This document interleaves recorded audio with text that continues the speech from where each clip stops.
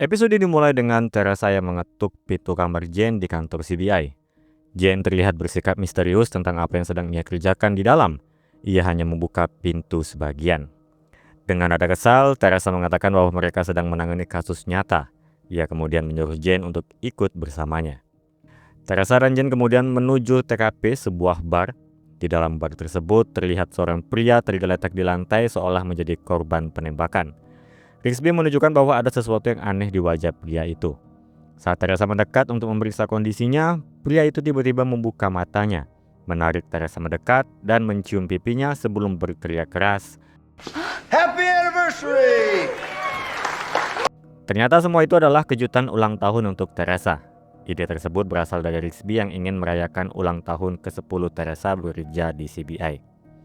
Seluruh tim datang memberikan ucapan selamat kepada Teresa. Di antara mereka hadir juga Agent Ray Hafner yang mendekati Teresa dan bertanya apakah mereka bisa makan siang bersama dalam waktu dekat karena ia ingin berbicara sesuatu secara pribadi. Ray Hafner sendiri adalah agent yang sempat menggantikan posisi Teresa di episode 2 season 4 sebelum Jane dengan triknya membuat Ray keluar dari posisi itu. Just something I want to discuss with you. Yeah, sure. All right, I'll call you, Jane. Di tengah suasana pesta, Cho mendekati Jane dan memberitahu bahwa mereka dipanggil untuk menangani sebuah kasus baru.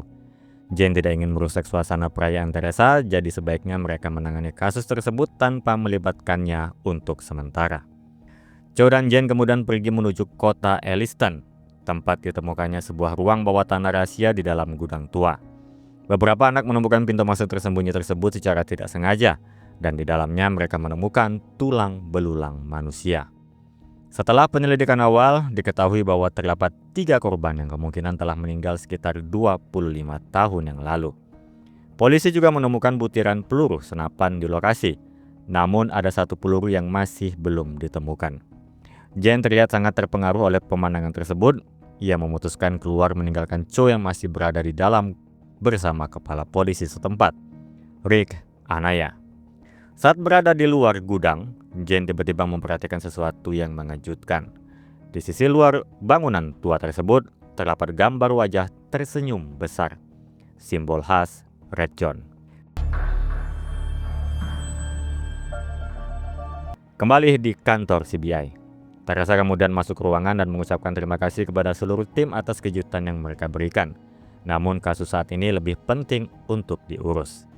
Cho kemudian menjelaskan bahwa berdasarkan analisis awal, pembunuhan yang terjadi kemungkinan berlangsung pada tahun 1988.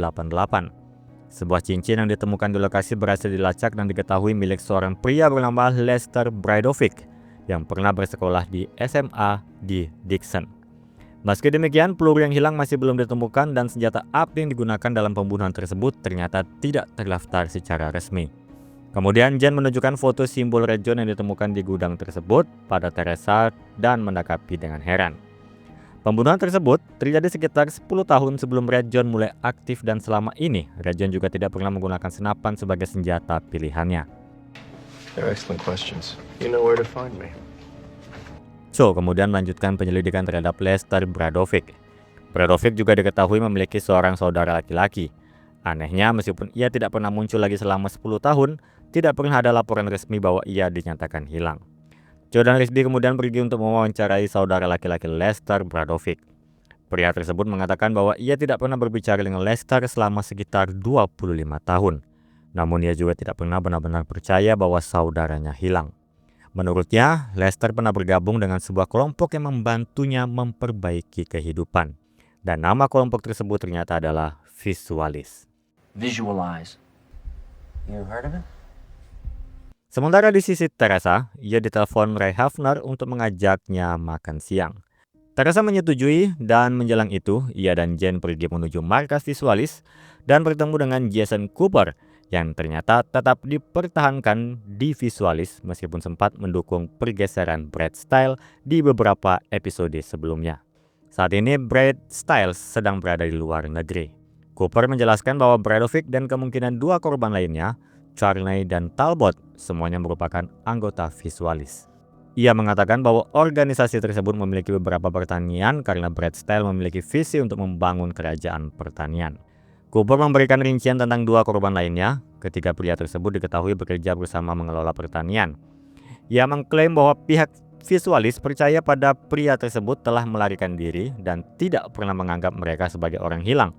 We'll do anything at all to assist in your investigation. You have my word. Teresa mulai frustasi karena kasus pembunuhan lama tersebut tampak tidak memiliki petunjuk yang jelas. Jen kemudian menyarankan agar mereka pergi makan cabai di restoran bernama Ella's Dinner, tempat yang tidak jauh dari TKP.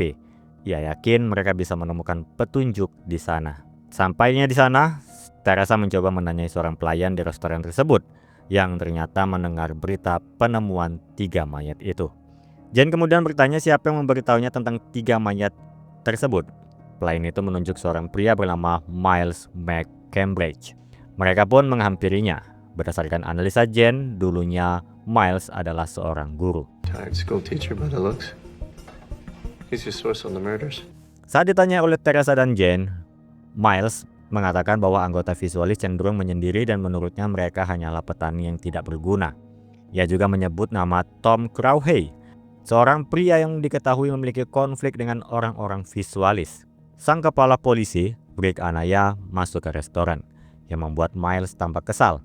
Jen menyebutkan bahwa Miles tidak menyukai polisi tersebut, kemungkinan karena pernah menjadi muridnya di masa lalu.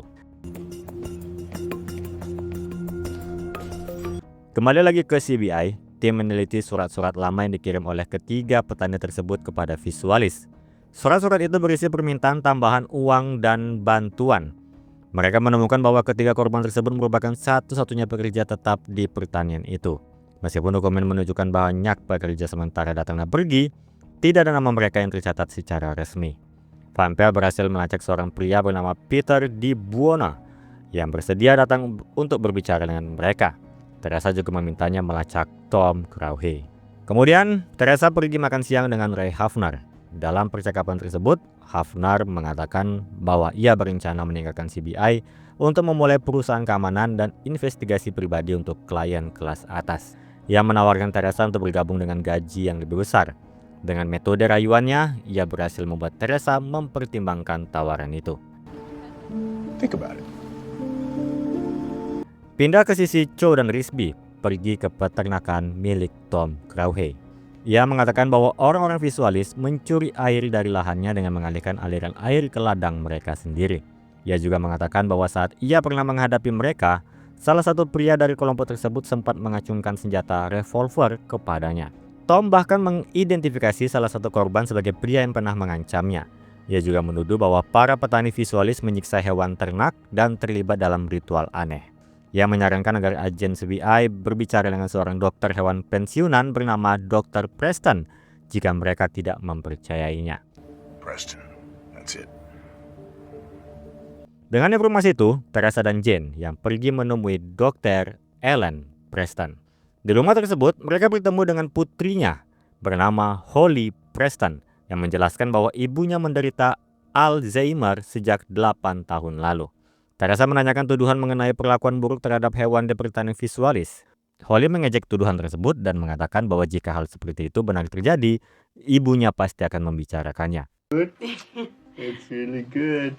Jane? It's really good. Pindah ke sisi Van Pelt menginterogasi Peter Di Buona, yang kini telah menjadi seorang pastor.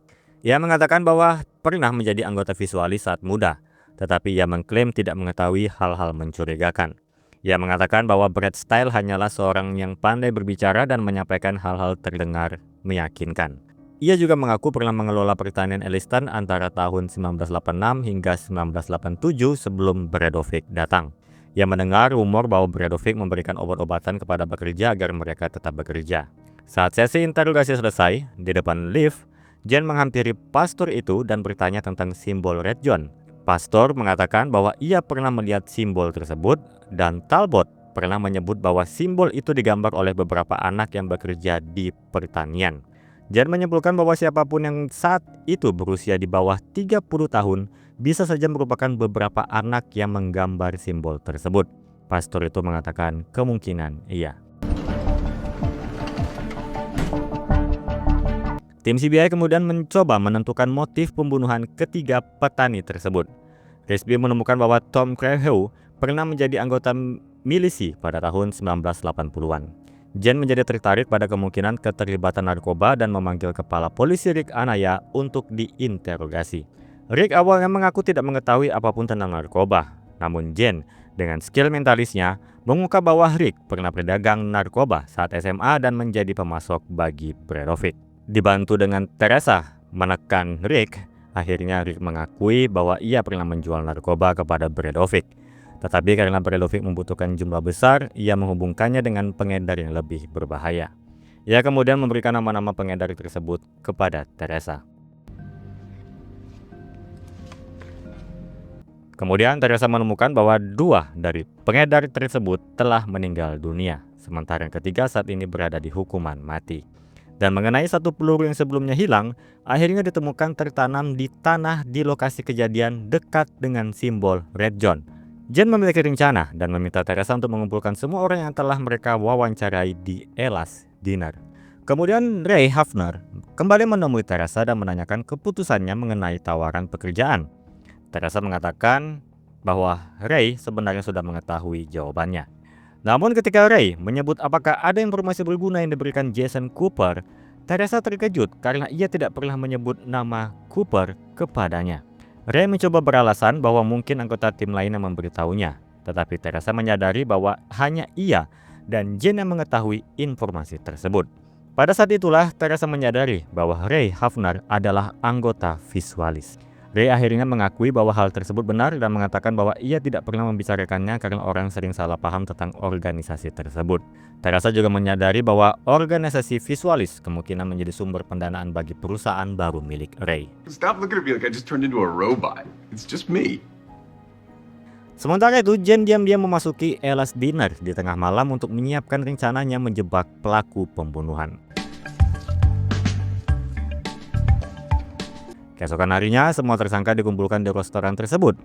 Jen mulai memaparkan berbagai kemungkinan motif yang dimiliki masing-masing orang. Jen kemudian meletakkan serbet bergambar simbol senyum Red John di atas meja. Saat melihat simbol tersebut, Dr. Ellie Preston tampak sangat terguncang. Ketika Teresa dan Rick mendesaknya untuk berbicara, putri Dr. Preston, yaitu Holly Preston, akhirnya mengaku. It's me. Di kantor CBI, Holly mengungkap bahwa ibunya pernah khawatir tentang perlakuan buruk terhadap hewan di pertanian Visualis. Ia pernah menegur Bredovic tentang hal tersebut. Bredovic menjadi marah dan mengambil pistol, lalu menembak seekor babi yang terikat di dekat mereka sebagai bentuk ancaman. Alice kemudian menampar Bredovic, yang membuat pria itu semakin marah dan menyerangnya. Holly berusaha melindungi ibunya dan dalam kepanikan ia mengambil senapan lalu menembak Bredovic. Holly mengaku bahwa ia tidak mengetahui apapun mengenai kematian 2 korban lainnya, yaitu Charney dan Talbot.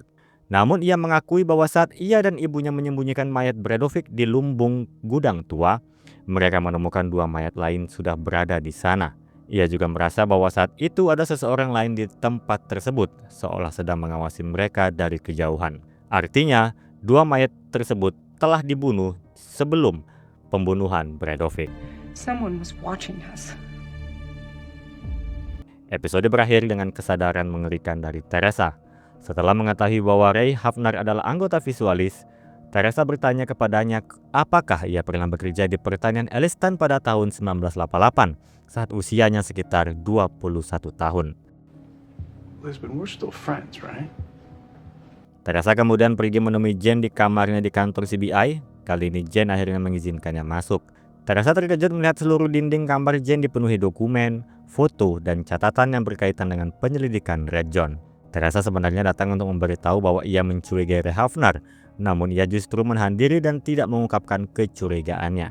Sebaliknya, Teresa mengatakan bahwa mereka tidak memiliki cukup bukti untuk mendapatkan surat perintah guna memeriksa daftar anggota Visualis pada tahun 1988. Jen menjelaskan itu tidak masalah, namun fakta Red John pernah ada di peternakan Elliston di tahun 1988 adalah kemajuan besar. Ia telah mengingat yang pernah ia temui sejak Red John membunuh keluarganya, 2.164 orang baik laki-laki dan perempuan. Ia telah menyaring daftar tersebut dan kini merasa dirinya sudah sangat dekat untuk menemukan pelaku sebenarnya. That's some interesting names. Well, tell me.